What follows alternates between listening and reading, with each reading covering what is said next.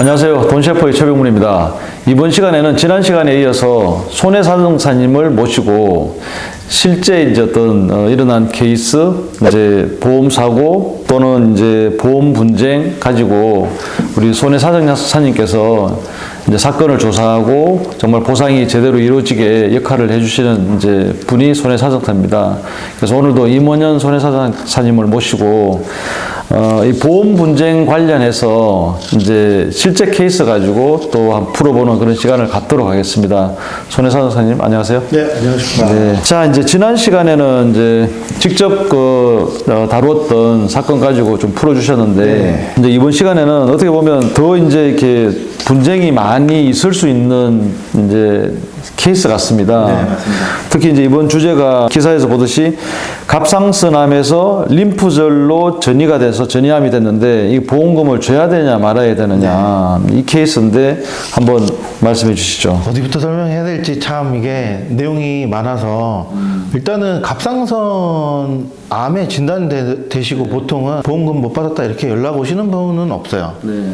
갑상선암은 요즘 보통 소외감 진단비로 다 지급하고 있고 소외감 진단비도 요즘은 좀 많이 주는 그런 보험들도 있잖아요. 그렇다 보니까 갑상선암으로 단순히 진단됐다고 해서 분쟁이 발생되는 건 아닙니다. 근데 다만 기사에도 나와 있듯이 갑상선암에서 워낙 이 갑상선 부위에 림프절이 가깝습니다. 특히 이제 경부 쪽에 양쪽인데 여기 림프절로 전이가 잘 되거든요. 통계적으로는 정확하진 않지만 제 체감상 한 10분 중에 3, 4분은 림프절로 전이가 되는 것 같은 느낌이 들더라고요. 그래서 림프절로 전이가 되면 조금 무섭죠. 왜냐면 림프절이 여기 경부 쪽에만 있는 게 아니잖아요. 림프를 타고 다른 기관으로 전이가 될 수 있기 때문에 그게 사실 무서운 거거든요. 그래서 보통은 이제 수술적인 치료로 림프절로 전이가 됐다라고 하면 림프절을 전절제를 합니다. 네, 특히 이제 경부 쪽을. 그래서 보통은 수술 그렇게 하신 분들은 이 경부, 그러니까 목 부위 쪽에 흉터 자국이 조금 있어요. 요즘은 뭐 워낙 수술을 잘 해가지고 흉터가 많이 보이지는 않지만 어쨌든 그렇게 이제 수술을 하고 나서 보험금을 청구를 하죠. 그래서 림프절 전이암? 그러니까 코드가 C77입니다. 갑상선은 C73이고, 근데 약관을 이제 막 찾아보는 거예요. C77이 일반암이네, C73은 소외감이고, 그럼 둘 다 줘야 되는 건가? 아니면 하나만 받아야 되는 건가? 그래서 막 약관을 막 공부하기 시작하죠. 잘 모르겠어요. 그래서 전화를 하는 거예요. 혹시 이거 다 받을 수 있는 거냐? 어떻게 된 거냐? 또는 알아서 잘 주겠지 라고 해서 일단은 보험금을 담당 설계사분을 통해서 접수를 하죠. 받은 거는 갑상선암 소외감 진단비만 이제 받은 거예요. 이거 원래 이렇게 받는 게 맞아요? 네. 맞을 수도 있고 아닐 수도 있습니다. 네. 그러니까 제가 오늘 소개해드릴 사례는 제가 숱하게 많이 이제 진행했던 사건인데 대부분은 이런 분쟁으로 이제 시작이 되고요. 보험회사의 입장은 이렇습니다. 소외감이고 반대로 얘기해서 원발암이라고도 표현하거든요. 원발암이라는 거는 최초에 발생한 암, 최초의 어떤 특정 부위에 발생한 암이 확인되면 그 부위의 암을 원발암이라고도 표현하거든요. 그래서 원발암이고 림프절로 전이된 림프절 전이암은 말 그대로 갑상선암에서 전이가 된 전이암이잖아요. 그러면 원발 부위에서 전이된 전이암은 최초 원발암 기준으로 1회만 지급한다라고 돼 있어요. 어느 약관을 봐도 다 그렇게 돼 있습니다.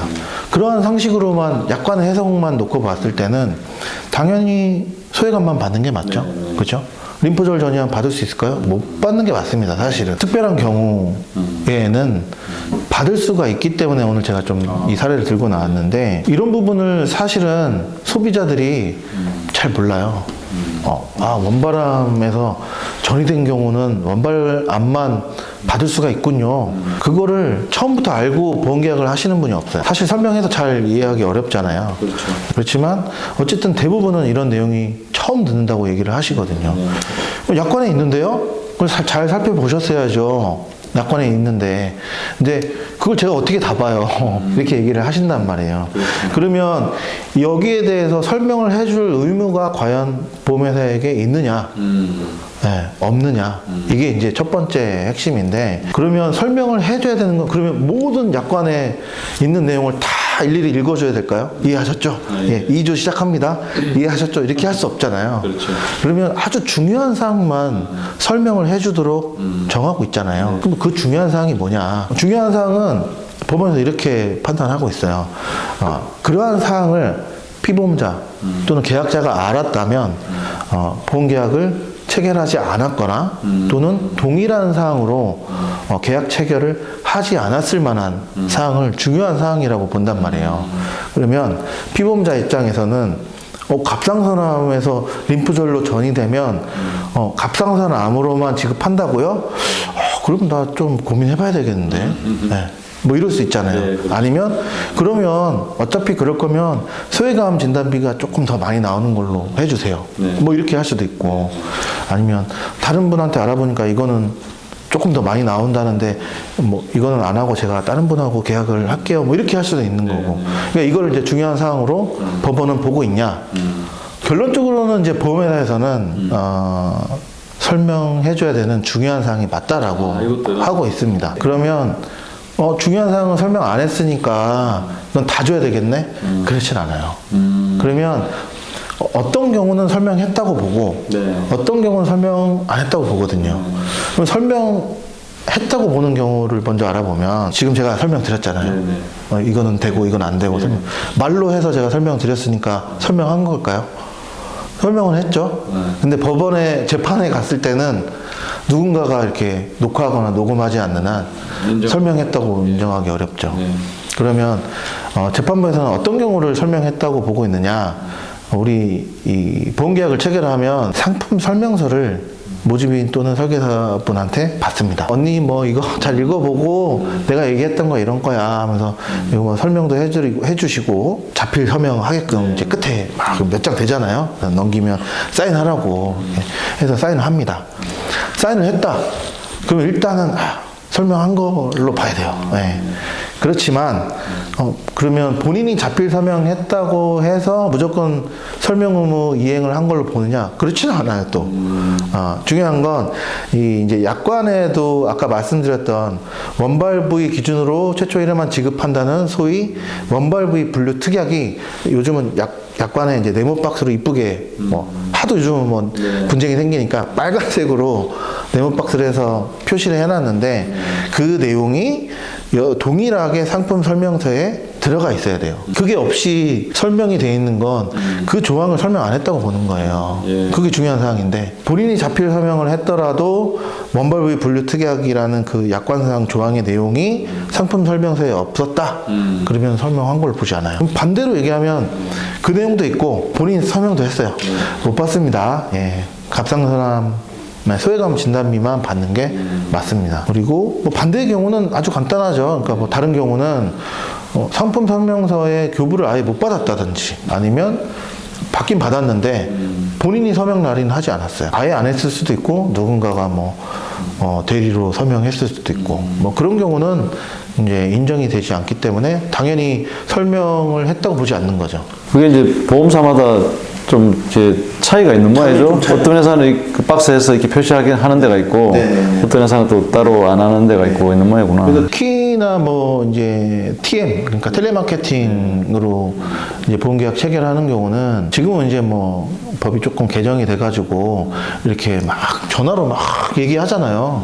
도대체 무슨 말을 하는지 막 엄청 빠르게 얘기하는데, 그 내용을 예전에는 녹취만 했잖아요. 근데 요즘은 이제 녹취한 거를 문서화해서 보내줘야 되거든요. 녹취록을 이제 달라고 해서 들어보면 거의 대부분 다 빠져 있었어요. 그 내용이. 근데 최근에는 다 고지하고 있습니다. 설명하고 있습니다. 그래서 그런 부분들이 좀 쟁점이 됐었다. 뭐 최근에도 마찬가지고, 그럼 보험회사에서 그런 부분들을 손을 많이 받지 않았을까요? 라는 질문도 하지만 다 그렇지는 않더라고요. 여전히 뭐 손 놓고 있는 보험사들도 있고, 그런 부분들이 첫 번째 어떤 설명 의무를 중요한 사항에 대한 설명 의무를 이행했는지 여부가 이제 첫 번째 쟁점이었고, 제 개인적인 생각으로 두 번째 쟁점은 약간 해석의 원칙의 적용인데요. 일단은 아까 말씀드렸던 원발 부위 분류 특약이라는, 즉 최초 원바람 기준으로 발생된 전이암인 경우는 원바람 기준으로 최초 1회만 지급한다라고 하는 부분에 대해서 약간 좀 허점이 있습니다. 뭐냐면 약관에 보면 모든 이 건강보험 뭐 이런 질병보험에 보면 암의 정의에 대해서 나와 있습니다.